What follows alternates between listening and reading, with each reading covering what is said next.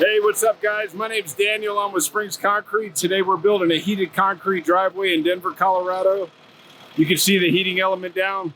It's 95 degrees today. I'm pretty sure nobody is going to need a heated driveway on a day like today. But come this winter, my customer's going to be so happy they decided to go with us.